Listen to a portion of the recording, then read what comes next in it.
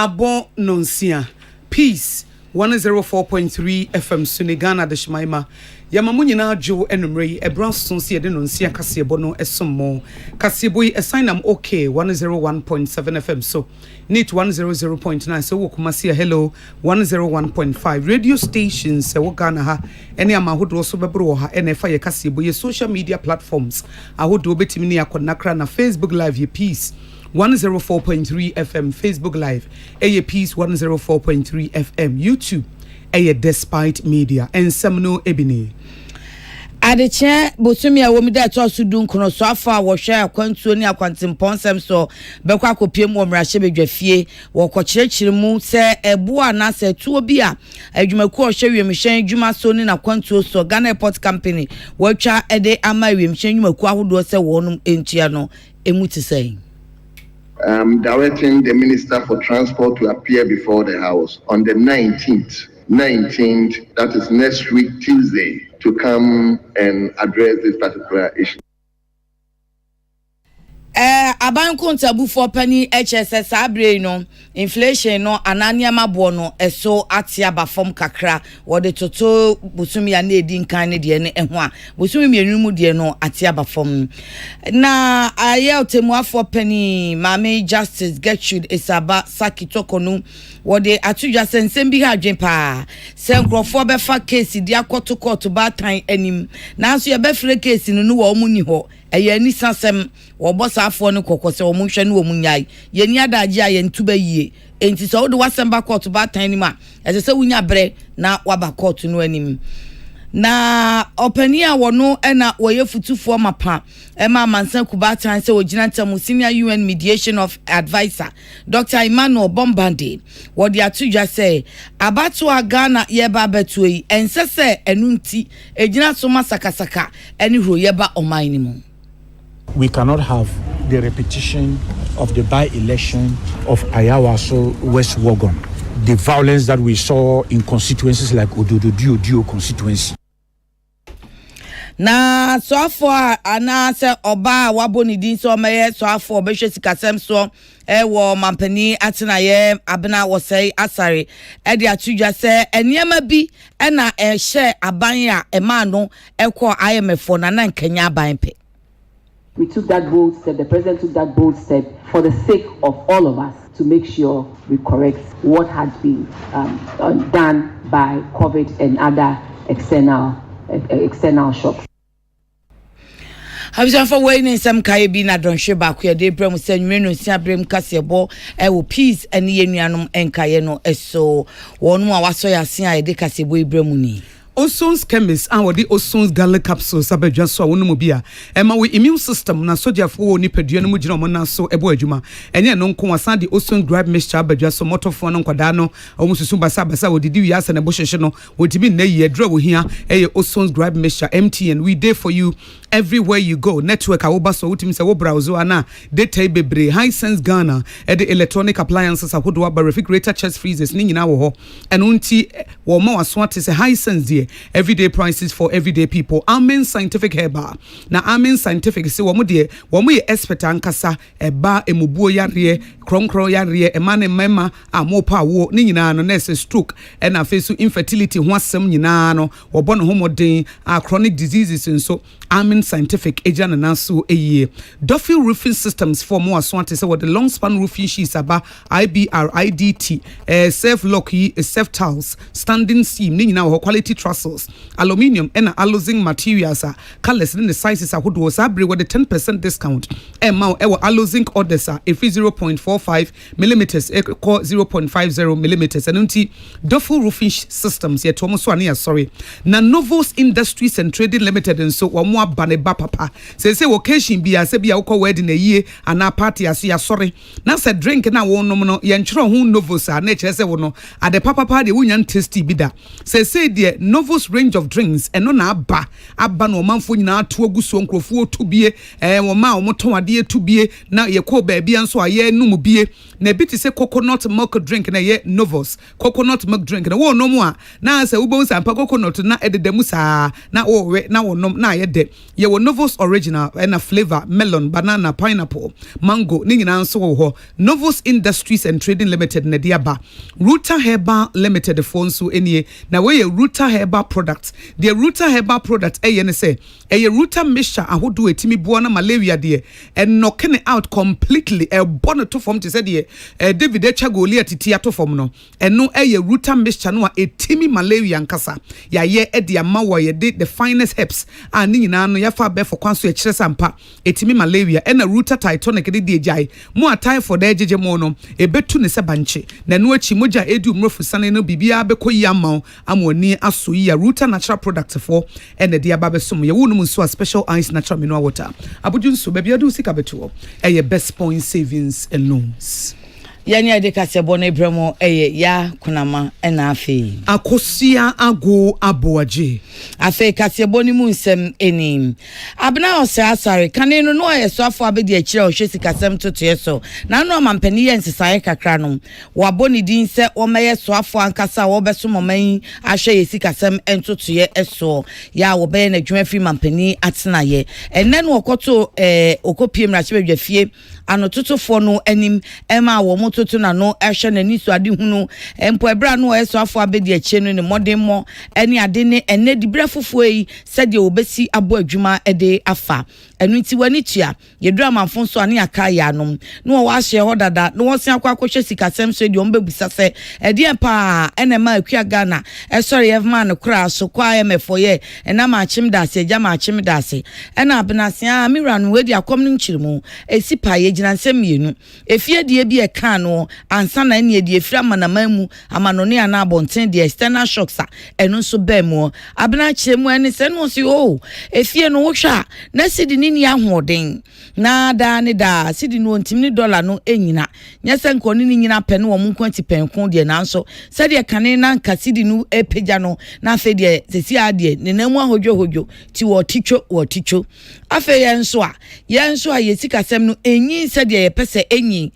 na mangi fo esika kra bia so won manyi wo madwuma yi a na aguo esesa abanhwe na wo soso wo masen wo mo agege wo musika ne ade enti sansie no so a aban eyeye no eno so de eka ebre wo man no na abonti de no so ne me na nkantua maso boa wani tua ketewusi agrobe ni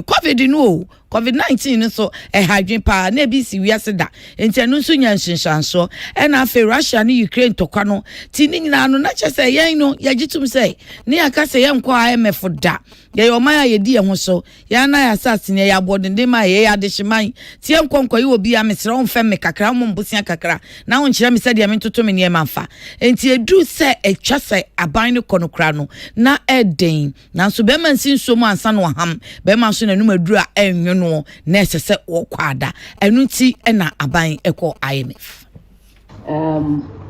Things were doing well until we encountered a couple of issues. One had to do with the financial sector bailouts. The other had to also do with the realization of the huge IPP monies that we were supposed to pay. Just when we thought we were recovering, and then we were hit by the COVID-19. COVID-19 in 2020 saw us reducing our revenue numbers hugely, but rather extending our expenditures as a result of unforeseen expenditures that we needed to make to address the issue. And then in 2022, the Russian-Ukraine war hit, and then we also saw another dip in the already, falling issues that we had. And so, and looking at the way things were going, clearly we realized we needed to put ourselves together and take that bold decision, not for our self-interest, but to make sure we correct the imbalances that had occurred as a result of both global and domestic occurrences. And so that was what we did. We took that bold step, the president took that bold step for the sake of all of us to make sure we correct what had been done by COVID and other external external shocks in the country.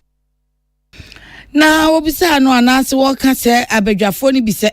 wunyi ni se yese bosia bro bebrebe enene amaga na akopia mefno miranom debi enye bosia bono. If they say we have overborrowed, in every year we bring the financial statement, which is the budget to Parliament, and in the budget statement we state our financing, what we expect to add on to our revenues to be able to address the expenditures. And I don't think we have ever gone over and above the financing that Parliament has granted to us. And so we cannot say that one has overborrowed, because all the financing permission is sought from Parliament, and it is within that we are able to finance the budget. And so, Mr. Chairman, I cannot be on the same page with you when it comes to this. Na eba woja hoden yensem no ose enche kra aban edi dwumadie bi ebeba eye foforo kra wode eba beso ohawa ye womuo ewo eye enyama hoden eni woja hoden ye ensem no emu wo say aban abomoden papa na nani so abrese wo pese wonya nsesan mapa ewo ye nyama hoden eni woja hoden ye ensem ni mu ya enu eni ogusu a wo tu ho anamo. We have quite some challenging issues in the energy space that we need to address. And as part of the reforms, we were to come up with an energy sector reform plan, and it's gone through the process. And all these issues have been looked at. We've met stakeholders and we've gathered their inputs. And so I believe that the energy sector reform plan will help us. This is something that is also supported by the IMF, and they're also giving us technical knowledge on some of these things. And I believe that once it is complete, once we complete this plan, we will be happy to share with the various committees and to also see how best you can all help us implement the energy sector recovery plan. But yes, it is a big issue. It is a big issue in the energy space that we need to look at. But Mr. Chairman, we also have to do our part. You ask yourself, ECG loses about 30% of the power that it produces. How does it come about? The illegal structures, the illegal meters and everything. And they are human beings who do these things. Abisha fani ati araba abna osei asare waboni din se omaye so afo a obeso moman no obeye adwuma ede ahwe oman Ghana sikasem totie so William Gentu ene Emmanuel Akoli ene odi amani firi mrahye fie bai yeda so ejina mrahye bedwam ho ana wo so afo wo hye akobedie so ye ono abukwa fori asiama mrahye bedwafo atonsa afra ne se nsem bi wo ho ese obi ya no ofise etwetwe asum mu kakra de o matene se Ghana Airport Company fo wo mo ede etuo bi ato airline so a de friend maintenance charges na eno se wo ko ba ko na eno $10 na da so wo ko no wo ba no nyina no eno so $20 na eno no wo mu nim tumi wo mu gina so wo mu di tu sa na mo no eti wo ma hye Minister of Transport say de akofa sem ya ba ne se ma hye bedwani o Tamale South ono bu Haruna Idris na ma so se de what ye no no see the maintenance charges atototo so se wo ko ababa ko ade obetue ni wo ko asan ba bie mu a na eno so $20 na ye de about so 18 penny phone share na wo mu enti ho na mo ene nam so ma ono bu Haruna Idris ema maintenance charges ne so ape wo se Ghana Airports Company Limited for na hye se nyame adoma 11th March 2024 ena wo mu de ebe ye adwuma na o krata na wo mu de ba na 11th March 2024 ne mum 1st May 2024 ena wo mu de ebe ye adwuma nti krata na de bosumi miensen ne de tosudu ba ko ena wo mu de ko ye ne mum ebru asa maintenance charges no airlines na ya hye wo mu se wo mu entua na de bosumi enum ne da edikan ye 1st May 2024 no na no wo mu chem se ye wo mra e fan hye ya charges ahodo na asasa mra no wo mu ani so. Letter dated 11th March 2024 from the Ghana Airports Company introducing maintenance charges of $10 to be charged and $20 maintenance charge on all round-trip airlines. Mr. Speaker, is of urgent public importance because what authority does the Ghana Airport Company have to impose fees and charges? And is these charges consistent with the Fees and Charges Act approved by the Parliament of Ghana? So, Mr. Speaker, I've seen a letter Ghana Airports Company signed Yvonne Nana Afriye Opare, Mrs. Managing Director. And Mr. Speaker, I read it for the record. Further to discussions with the executives of Airport Operations Committee, AOC, regarding our baggage belt overhauling and maintenance issue, the Board of Directors of Ghana Airports Company, in consultation with Ministry of Transport, institutes maintenance charges of $20 on all-round airline trips and $12. Mr. Speaker, that will be cost to Ghanaian travelers from abroad to Ghana. Honorable Haruna Idrisu and Mashebe Junior Watamale Nekasa Irena and a majority chief whip Honorable Frank Anodompre Wakasa ye which him say Asamnoa Honorable Haruna Idrisu Eka and a assembly whom he pa Lemon and Mashebe Jafon or more come faswa assembly by a maso sa quinoa honorable fasono a quia achia. When I heard my senior member quoting Order 93, I was wondering whether or not the inherent conditions of Order 93 have been duly met. And we are not to bother you. There should be by the indulgence of the House. By the indulgence of the House and the leave of the Speaker. I mean, the reasonable interpretation is we are in leadership, and this one you took us by surprise. Honorable Haruna Idrisu, with the greatest honor, we are all concerned about such costs at public enterprises. But when you come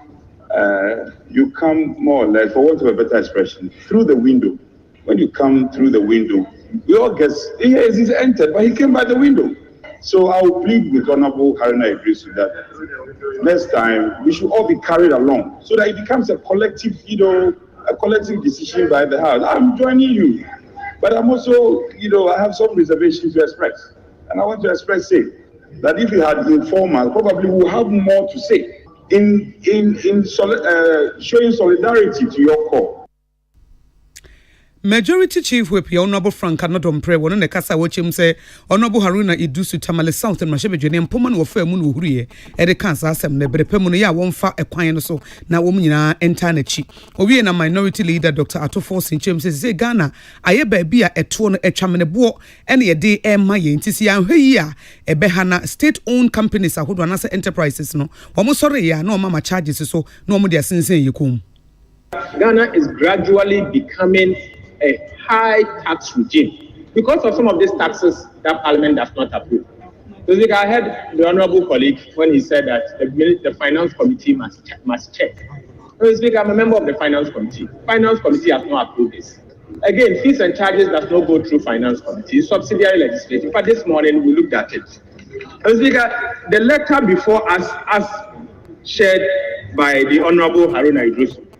went further to say that further to discussions with the Executive Airport Operators Committee regarding our baggage belt overhauling and maintenance issues, the Board of Directors of Ghana Airport Company, in consultation with the Ministry of Transport, is instituting. So they themselves are saying that they are instituting it, not Parliament. It's instituting the maintenance charge of $20 on a round-trip airline ticket. This means that going forward, you pay $20 more for your ticket. Eni ayeti ye minority leader dom kuma wo Mashebe Jemba no deni lawyer ye Dr. Atofo na wakasa wo na second deputy speaker of parliament honorable Andrew Amakon Siama wono nso echem se ne o mahye transport minister say womra wo manim ebenada bosumi miense ne de to so dunkro no mechirichirim. It was not appropriate. But as to whether he involved the leadership, that is another thing. He informed me personally. So let's take a cue from it. A member can come under Order 93. He needs to inform the speaker and he needs to involve the leadership. It's important so that nobody is taken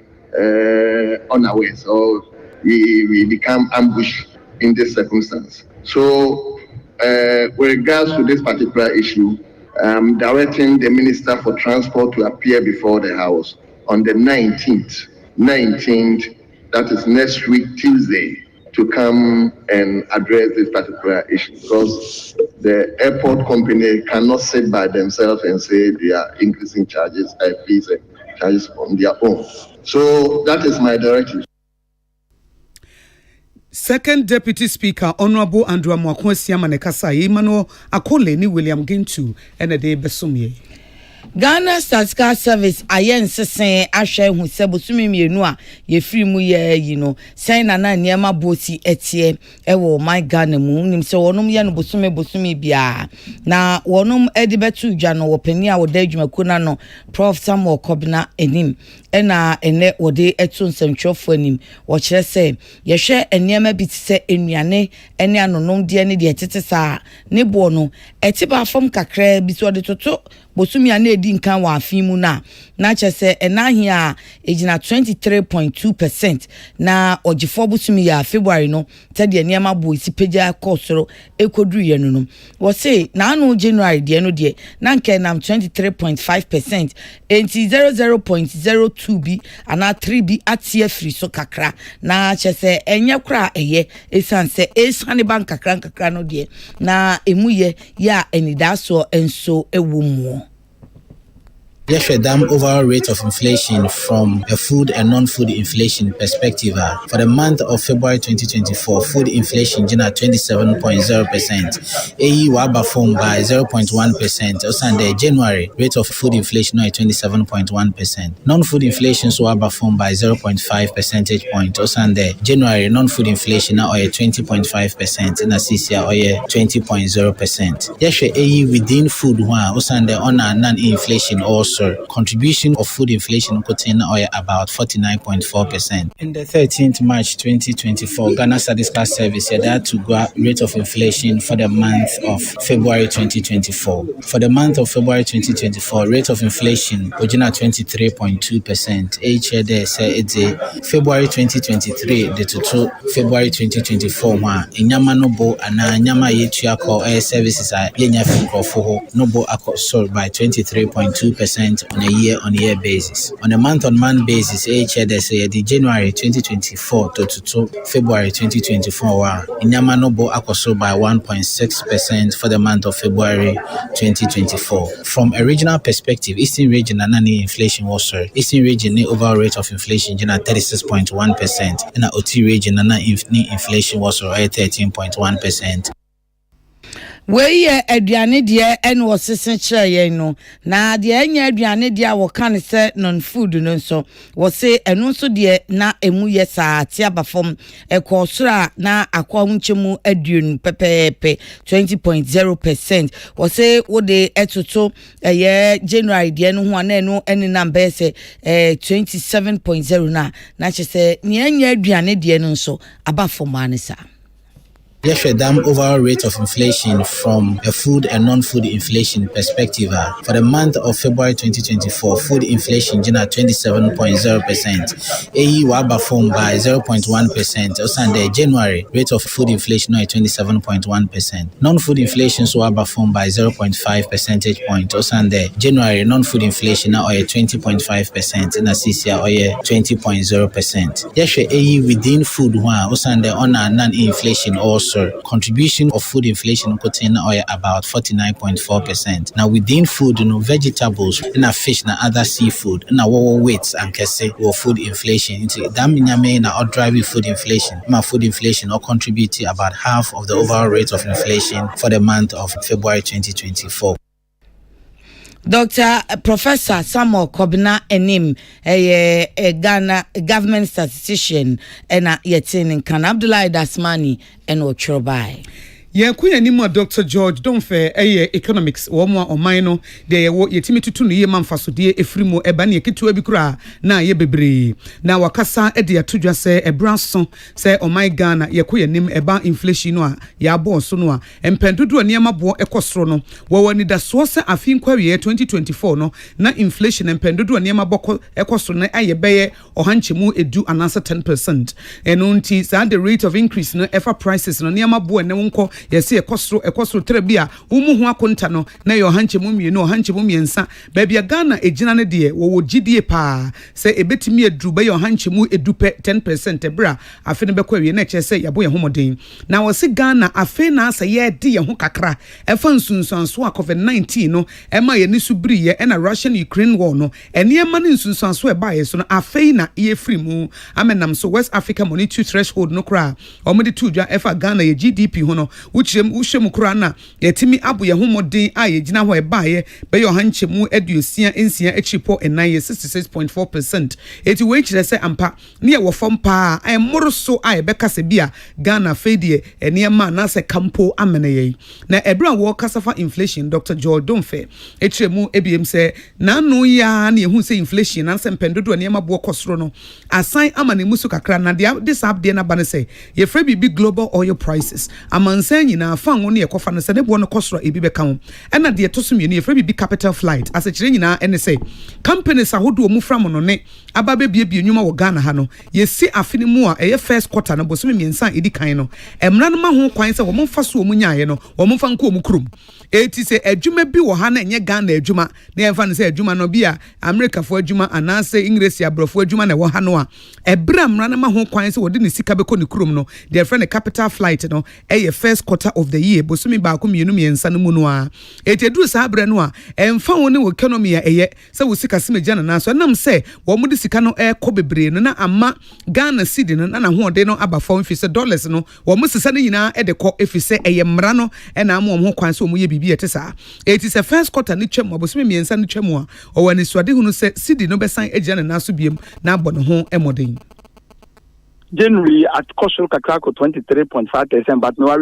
by the end of the year 2024, inflation bet me back closer to 10%. So the people need DNC and I say, oil not tiba for my bedroom $70. And some man who so a chemu $80. And Nancy say the pump price in the Kosoro Kakra. Afibia so the first 3 months of the year, no, ya na the Bunifeno, capital flight. I Jumakua Kesia, Omania Quenya Omuya Juma woman, ya, Omufas Womanano, Yamakam Omudin Fasono, no Mudisicano. So the yes, the common dollars in the country every first quarter of every year, and it doesn't matter the economy and how strong it is. We will say now there be a dollar no any we see the news. I don't maybe be a boom first quarter no be end this month. 31st March or corner. Be who say see the best afan to me fresh. Muma pass an inflation. No, I feel very and na it be a former could do better temper. Eni ayeti economics Dr. George Domfe ene kasa ya Henry Akwasi minka etintim edebesom ye. Piempani owo main court batemu Gertrude Sabasa kitokonu akasa ensemu a ehanu bi ehum eye bibi ene asemu a wofre ye no eye dia ye Boko Central Mrashebedwani Mama Yarga edi akoda court se na no wonum etintim emra na se oman photo sanfo se wo de photo bi ba Ghana Financial Stability Fund ebra wonum yes debt exchange hye no na wo to sa photo no se de be ya won obekwa ahunyehiam no sa sika krabia fo no na wo mo akosa photo nim no wo de bi akwaboa wo mo Mama Yarga se mu bo photo yi sen ada na mo ya de amfa bo ni ani die mama mre mo yes ade ane na matomra na mo de amamra na nima wo tri fom enti wo ma photo sanfo no so e na afi aban lawyer pani e no wode wo mu kogina court say court pacho mo na mutimi cheche amamra nimu mo nkyere saa enkrofo emu se wo mutumi nya ne saa na mo si wo mu kwan so se saa na mo ntuo no ensese wo mutuo November nimu e wo afra en wo se wode asemi ekoye na wo fisi wode koye no ebri bia wo befre bia wonu ankasa wo kosama ye no de ya oni ho enti ene se wo mkọ asetro mo frɛ oni ho ena piempani se sa de ya na ha wo eya ni sana se buna nipa mu koto bantan yi se wa ankasa wo bia nhyew krobidin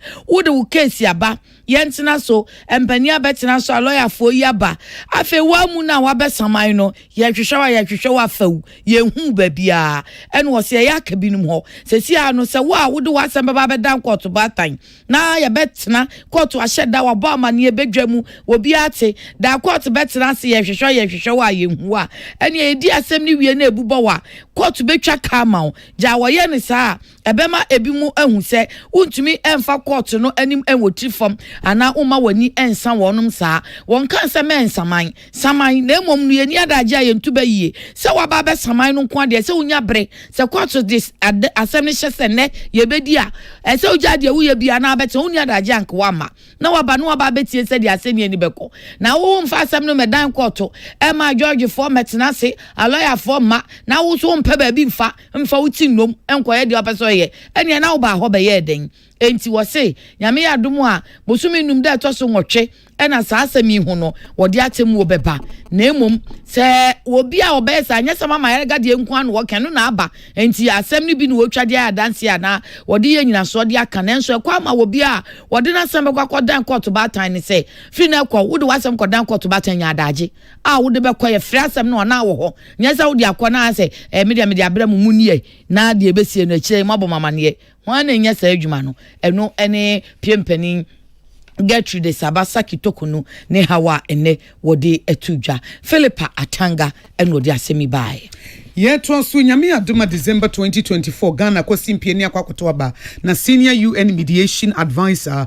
Dr. Emmanuel Bombandi no wakasa chim se Ghana sakasaka besi ni kwanse fa bato so eni kwanse biti da se Ghana ye beja ne fridi ye koto aba na abato de de sakasaka ba Ghana de yentesa ye to aba wie na obi afa ne kwan eti pa se ye beto aba nti na obi ti wona ehu bi abono ena misro e wa na ntokwa asie ntokwa ne firi hi na eba esese abato mum ne kan ye bomu abato mum ne boa na se ye se Ghana beto aba nti no ama ehu bi aboye nipa bi stro se ebetimi di ohaw bi aba owu abade eni kwanse ye de kan asam ho kra eni kwanse Ghana ejija etitize kontebe efri se ye baba beto aba Dr. Emmanuel Bombandi ene kasaye na ebra wo kasaye 25th anniversary celebration ma West African Network for Peace Building WANEP ena Dr. Bombandi HM say political parties awodo no wo nsua de every election violence e biti setachima in South ayewa so West Wagon ena odododio abaton person so ya toto ba huhu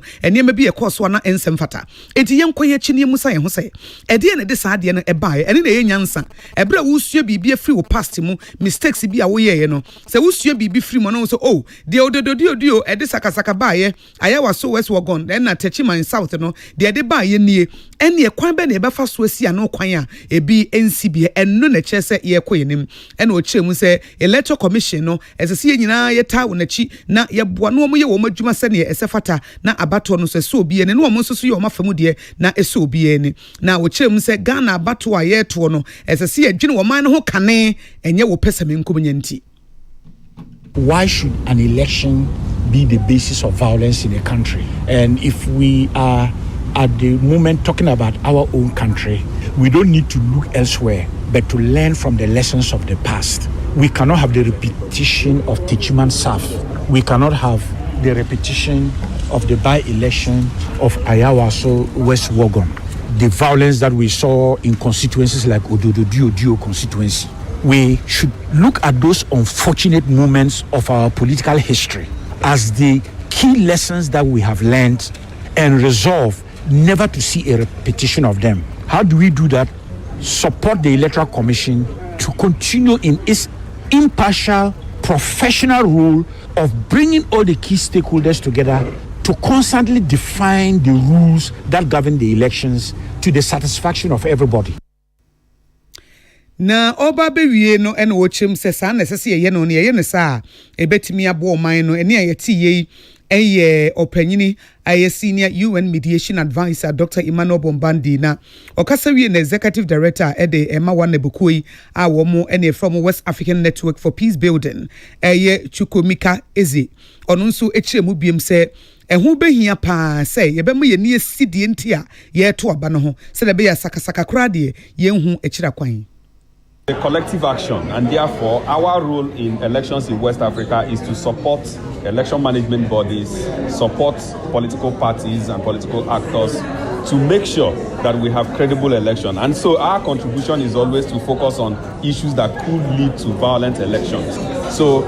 always 6 months ahead of the election, we'll come up with our hotspot mapping. On the basis of those hotspot mapping, we now create opportunities to ensure that we engage in conflict prevention to ensure that the election is free, fair and credible. And of course, in all the elections in West Africa, we normally have our situation room that provide a civil society perspective to managing the electoral processes. Ghana is one of them that is going to go through election this year. Senegal and of course Guinea-Bissau. And we are already seeing signs and signals that require the attention of civil society actors to support in ensuring that the election is Eni ayeti ye Chukwumika Eze awono na ye executive director Edema Wanebukui ena okasai.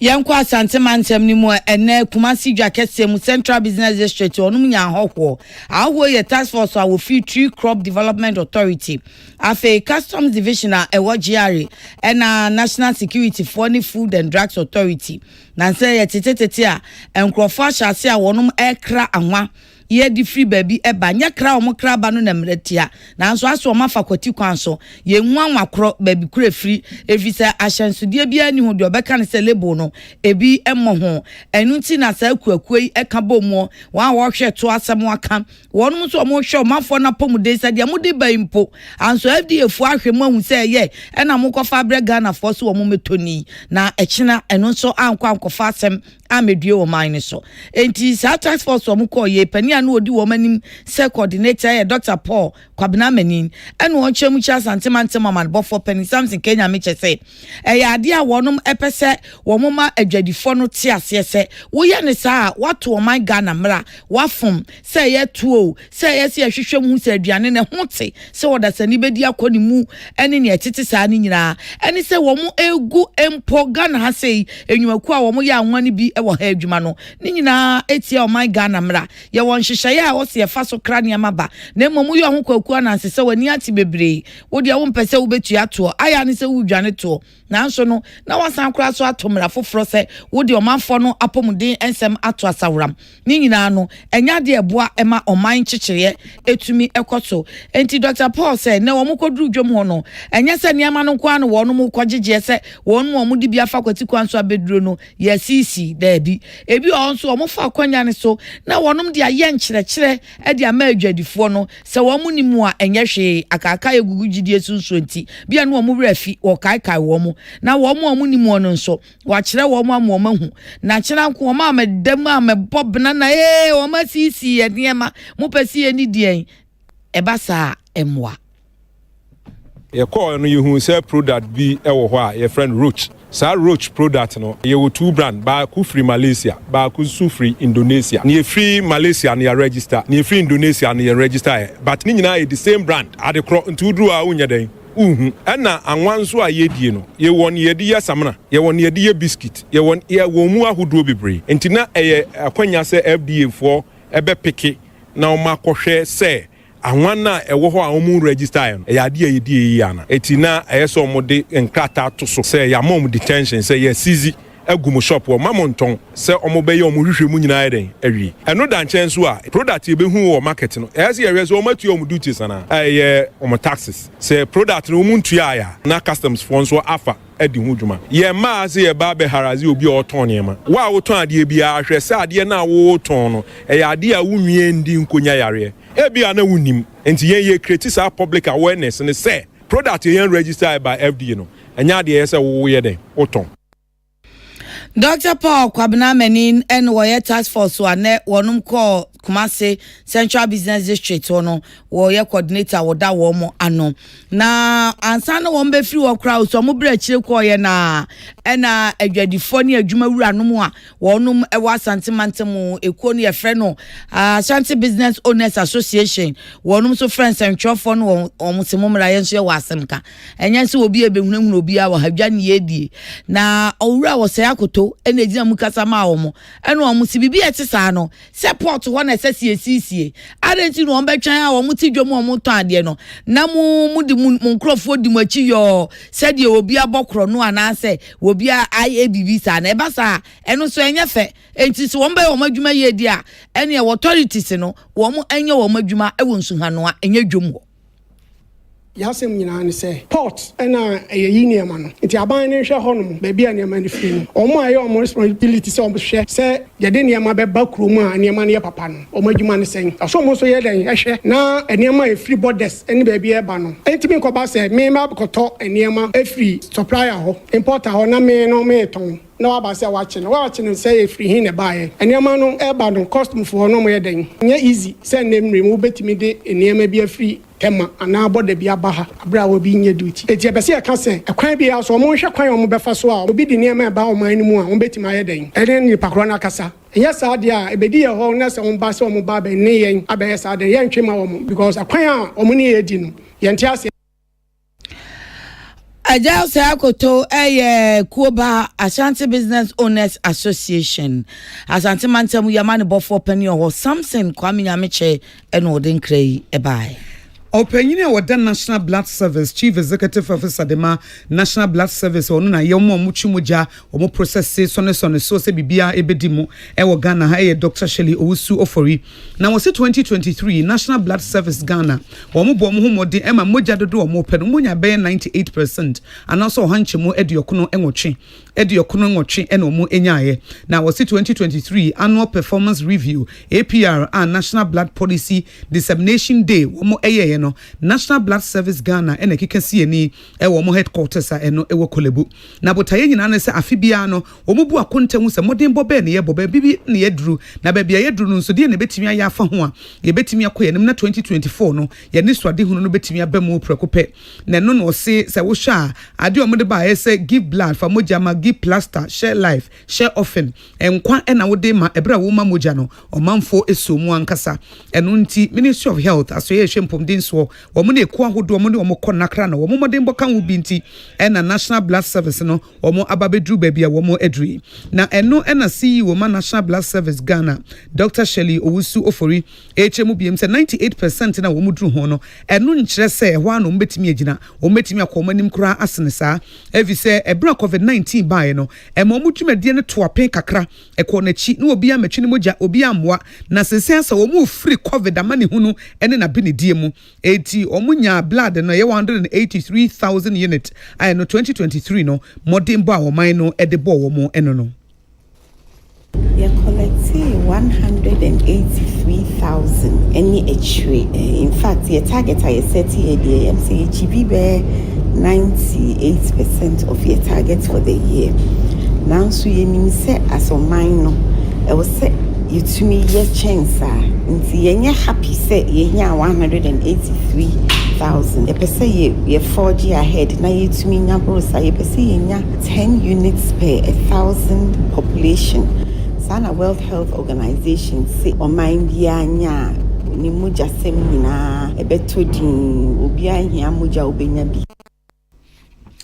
Eni ayeti ye Dr. Shelley Owusu Ofori ono nye opanya woda National Blood Service Ghana ano na owie no ochechire mu fa akwansidie bi eba wo mo akwam ena ode to Ministry of Health anaso aso ye hwempom de sem so say yenti de fe ne private blood centers eno ebetimi atete nkrofo a ombetimi adonate ombetimi di omomoja ama omanfo ewo 16 regions ne nyina mo mantam dunsia ne nyina na ma biribia ye pebie no ye nsa atobiso.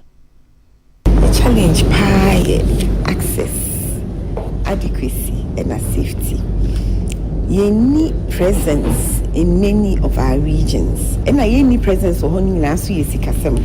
will see setting up independent centers across the 16 regions. See, I'm crying. I say a word dabre. Say GNPC for Sickle Cell Foundation has started BB.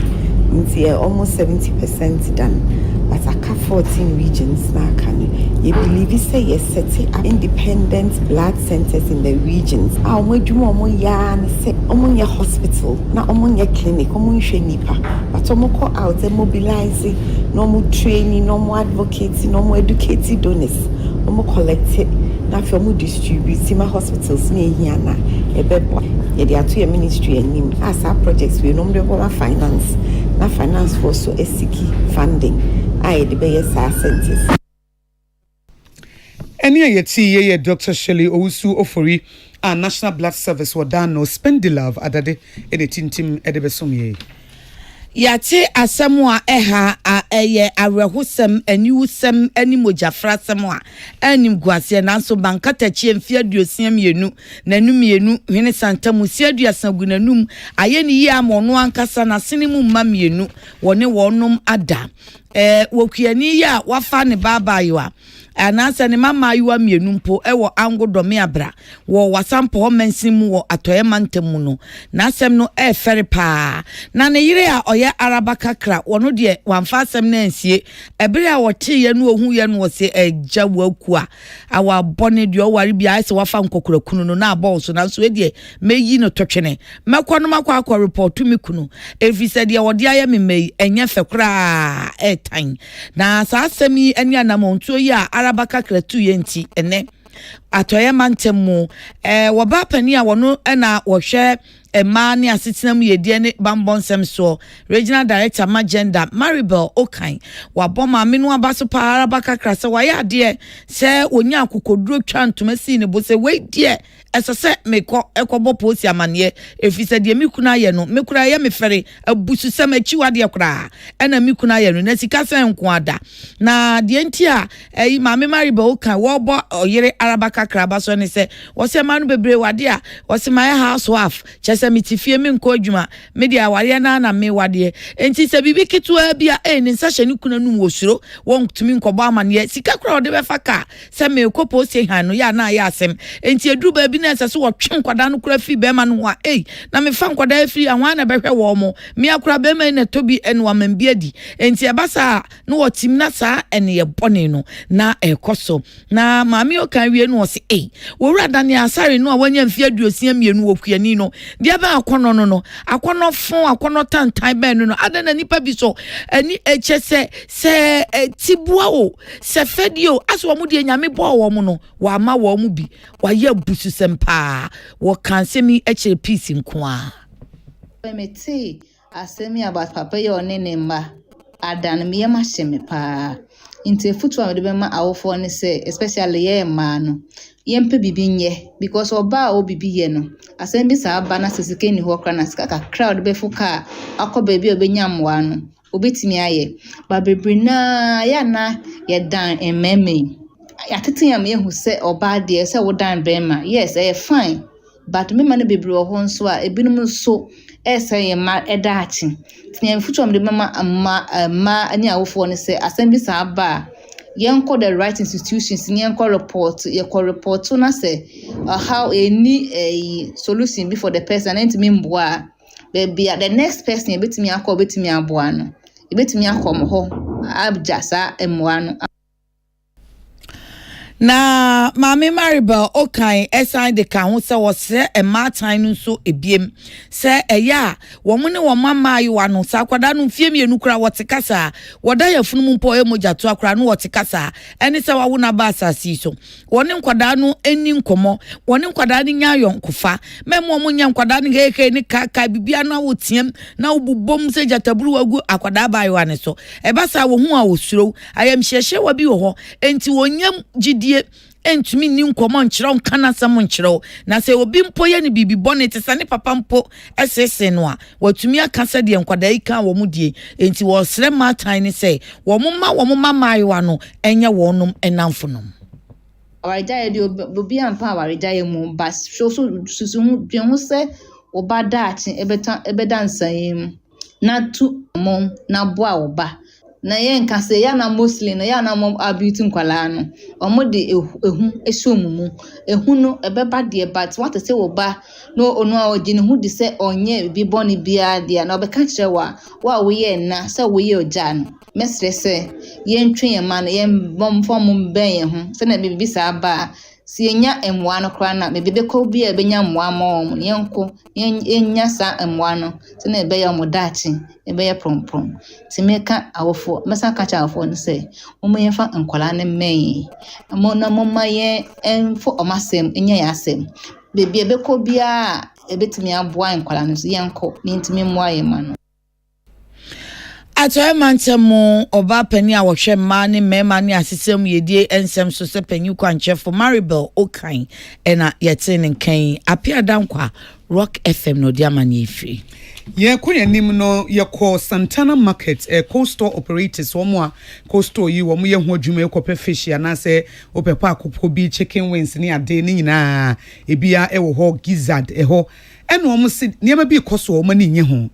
dumso no kanea no aye dum ne yaso kafrika cho won hwa ni mu a ho ansa santan adum won hwe ani mu won ansa santan ya so kyese won hwe dan hu brepote akane na ye ba bedum no na kane no bra ye ba be so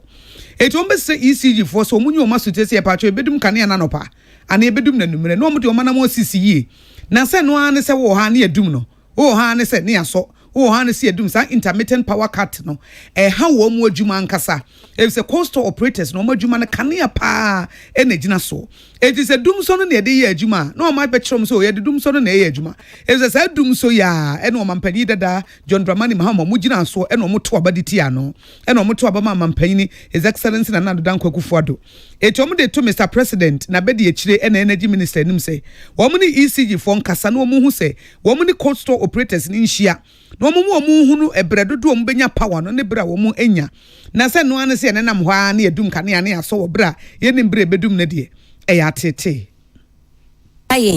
because se enye se ye mu nyina na enye ska bi ato step down na se ma so me freezer so ma pon me kofi na se me ni step down wa highway na beba no asai me freezer obi eni onu oba beboa me ene hwe loan sika oje kra woda wo na eti high pa omu num na at once omu dum no ma so press no ECG for omu hwe no munye bibi na no dey very bad hours bi no mo aka che se bi 4 hours 5 hours time ye be so na yate ehu ne sa na nsane na me kofa na me ba na light ne ho enura anajo eno mo de ba ahoma me ba no pe me bi so me nam nyina ahya ase bon kesre aban se onye ho bibi emfama ye enam ni se no normally to say me high freezers no ye biesu on and off obi abeto ade anti freezer na anti menchi anti say ban say light no come off maybe 2-3 hours pe na any man na start say the freezer yes na say ye na so we really need the lights dum so no ama me moto ahye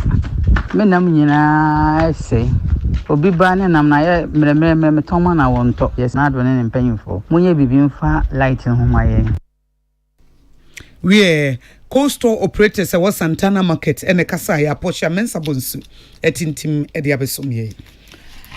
private school for ranom teacher wonu mo amwo mfiti ase kosi entoaso no na chese omo amwo suapon mu ne pe university for no ne yi wo mu afim no mo ase ya wonu matu din se pretentiary ne de wo mu si GS boa papa se wo gu wo mu suku no ama won hina poto wo ho chese wonim ne GS agi wo mo aso ma bom tim pose mo de ya mama adwuma nkoso na ye be mama no aduane abom wo mo acting president pani a wo hwe chese otitina ni ama wo muku a friend say Ghana National Association of Private Schools Ora Joseph Donko and was say wo kasa mani nuanu a won was ankwankwa suku nyina bi say every say FSHC e ba ye no ye yi wo mo akwakra say enka e beka so oh mo so amu ya ankwankwa suku mo so mo bo antie bia ye be ma mo kwada no say ana say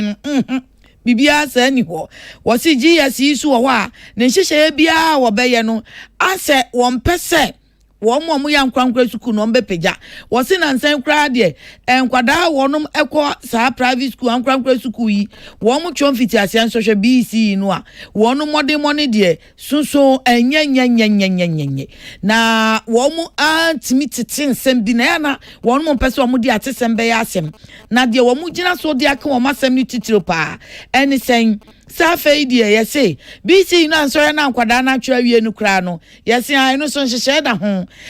sa placement no computer no ye bema aban school fo no dodo no a enti enkwada ye bedi kan de school amema wo mo no wo mo kɔ aban school dodo na beso mchemu aduoson 70% na afei eka 30% na nye dia masa ankwankwa suku yi ene wo se aden GS ene amunya nka se private school for mu de no de yagunwe ana yagunu ntiama enei awofo no mpese wo mu de wo mama ebeba ankwankwa suku ho de odi akwada ne beba nso edu registration pe papabam ni wayi ni ba ni wodi na firi ho ni wodi na kosuku fufuro mu chese o se aban ni GS boapa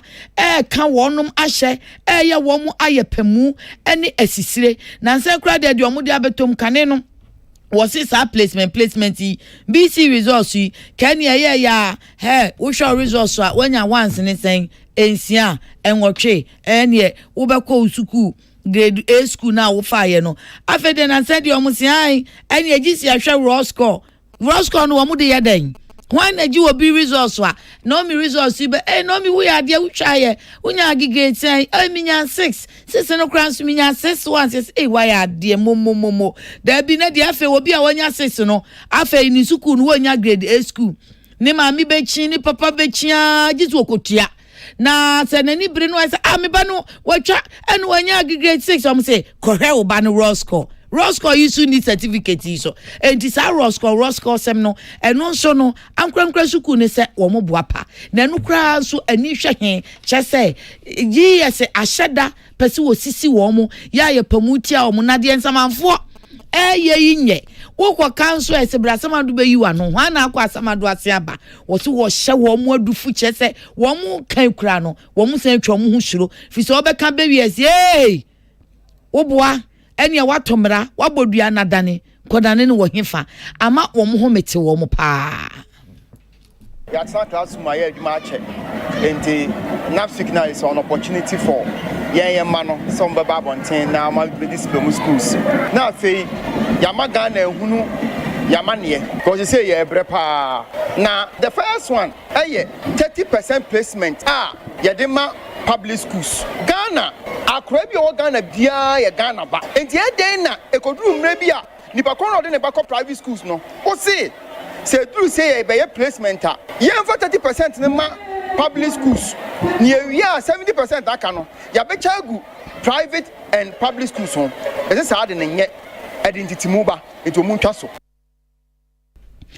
enia yeti Owura Joseph Donko wono ena woye penyo hwe chesu otitina ni amankwankre suku wo muku a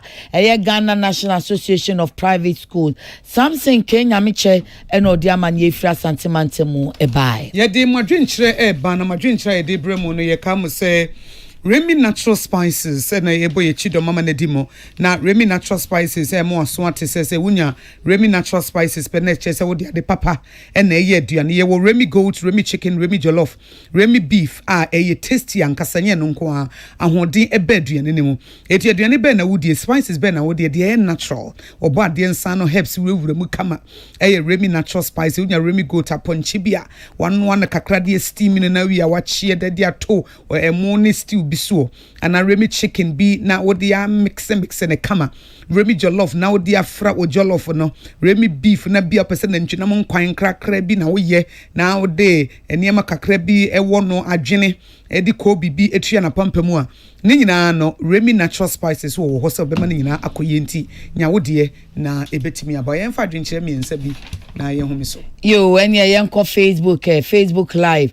na madwenkyere kakra mo dia ba ye kinkan bi ede amamo na nakua mo aboaten ablekuma central wo say the ECG ebe hia se wo mo beye ya na mo tu esese wo mo tu chese esese wo mo ekodindan wo mo aka enkrofo ede wo mo no na wo matumi anya sika de asom wo man no sompa enti no se wo mo anhwe no wo man kodindan wo mo aka no no wo mo si wo nkane anu de ene ye dundum ne sa ebe mo manfo nani abre na wo se wo manfo nso mo ntomo bo asema ECG fo paso pa nwoma so eni ye enti enye nanu mode Comensa Pillar 2 dom kwa benya konso no se found in the NDC ni JDM propaganda no inshallah Dr. Mahmoud Baumia en wobeba no ababeye next president no Daniel Kwadwo ba en wo se sabre die Ghana fo wo mani da wo se nwan se wo ma wo bia amfa sokwa na ne wo ma chenchena wo bia ema meye politics fi bia basabasa bia na wo mo emfa ho ma Ghana fo nto aba ma wo mo ebre wo mi Ghana fo se wo mo nto sa aba no bi fantastic over for session sanwene so en wo se MPP for that so de so bo COVID Russia and Ukraine ko any bombs ahodo alandi wo Ghana eni esenka COVID no amade anka mo beka se na amaya wodo COVID no di wo mo awu kase kra se wo mo kra mo anya sika no kra ma Ghana bi ana entisa amisco spelele wo ka so an wo se yesre konfanoche G adokita fo no se wonu star ne de wo mo nwi hu biem ebe ye wo mo fanto ho ansa na wo mo nko wo mo adwuma so no wo mo ne mpanyimfo nsi nkonwa na asembia ababia wo mo ntumi enka asembia nu ade akuma dwam ano ne sin ni techeme di nchini di makoya enye de beka Crispo wo fufo no ECG yesremu ada yesremu asantimantamu nkane ane de mu dum no dodo mudum no dodo mo so amon ka hwe nkyira ye awuhuro pa nipa damuo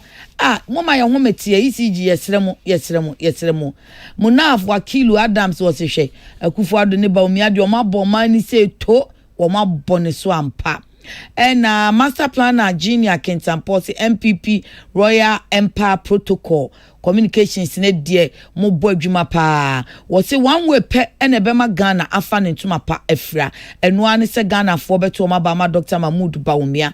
simple se ABCD no we ye home so ye ba ye beto so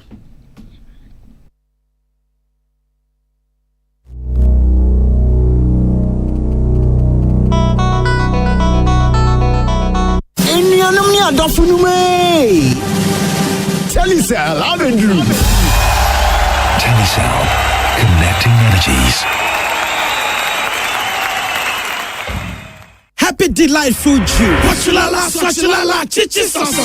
Afrana pa. Epe pashu breakfast and was in woman. Joe happy delightful juice against with toast, cereal, and even them cool. A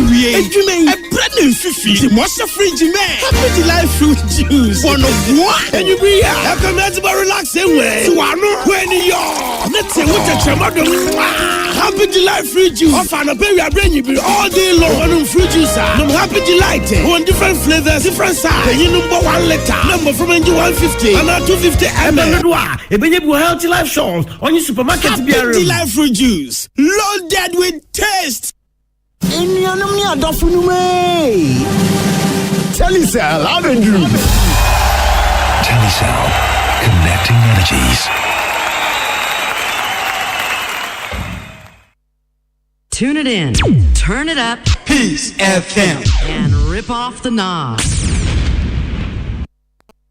Tune it in, turn it up, Peace FM, and rip off the knob. Tune it in, turn it up, Peace FM, and rip off the knob. Tune it in, turn it up, Peace FM, and rip off the knob. Tune it in, turn it up, Peace FM, and rip off the knob. Peace kasebo ena wutie no na ensemo ya ye de ma etiefo na poso bi ni enye ebi ne se adechia brada botum de to so dunkron so afa wo hwe akwantuo ni akwantemponsam se bekwa akopiem wo mrache bedwafie na wacheche mu ache mrache bedwafie fo de enti a Ghana Airport Company ede eto to wiemhyenfo bi nom ena wiemhyen bi eso wo my Ghana mu a ebeba ba be wie akwantufo eso ama omatua na soafo a wabo ni din se omeye soafo a obesom oman no a obehwe yesikasem totoye so abna ose asare ese de enti aban kwa IMF ne se na niema agina sabemu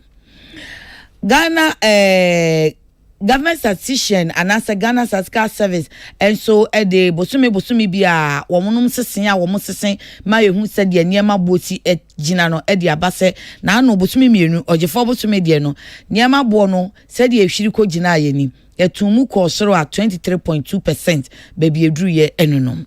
Piempeni owo my court batem mo Justice Gertrude Esaba Sakitokonu e de atuja sensem bi ha say obi di na asem bekwa akoda ne court batem ye Supreme Court na nso ye befre asem no na nipa no oni ho enti wabokoko sesafo no enya hweye ena futufo mapa ema mansen kubatan efa entawantawa nsiesie eho Dr. Emmanuel Bombande wodi atudwa se emma ebi kura nsida se abatu nti sakasaka ho ye ne basabasa ene penche besi ewo my Ghana Akosia ago aboaje mene ya kunama ye de asedema Osons chemist wo de Osons garlic capsules abadwaso Osons grab mixture motofo no de no wo no mo na chese waye obani ye ne bohwehwe na kwada na anajo asene tie ne ye wo hu de ha oba no wo ma no Osons grab mixture ebesiesie ne kama na oba na timi ama no ho ato no wada na ho MTN we there for you everywhere you go network ye ma wo data bebre nti wo call live na so upload bibia ye wo varieties ahodo a wo benya MTN, we there for you. Hisense Ghana, the electronic appliances ahodoaba, refrigerator, chest freezer, air conditioned television, gas cooker, electric cooker, washing machine, smartphone, sound system, rice cooker, Hisense, everyday prices for everyday people. Amen Scientific Herba, an alternative medical hospital. When we expert a background croyare, a chronic diseases, or we expert a stroke, a moboyare, or most answer expert a infertility, a man mema mopa war, enti Amen Scientific Hospital. Bomodi answer befre 02452752554 02452752554. Duffield Roofing Systems so ye the long span roofing sheets aba and chance ye the bod dance so there a Duffield Roofing Systems and the dimut into mine IBR IDT self lock step tiles standing seam quality trusses aluminium and alloying materials ye colors and the sizes are what do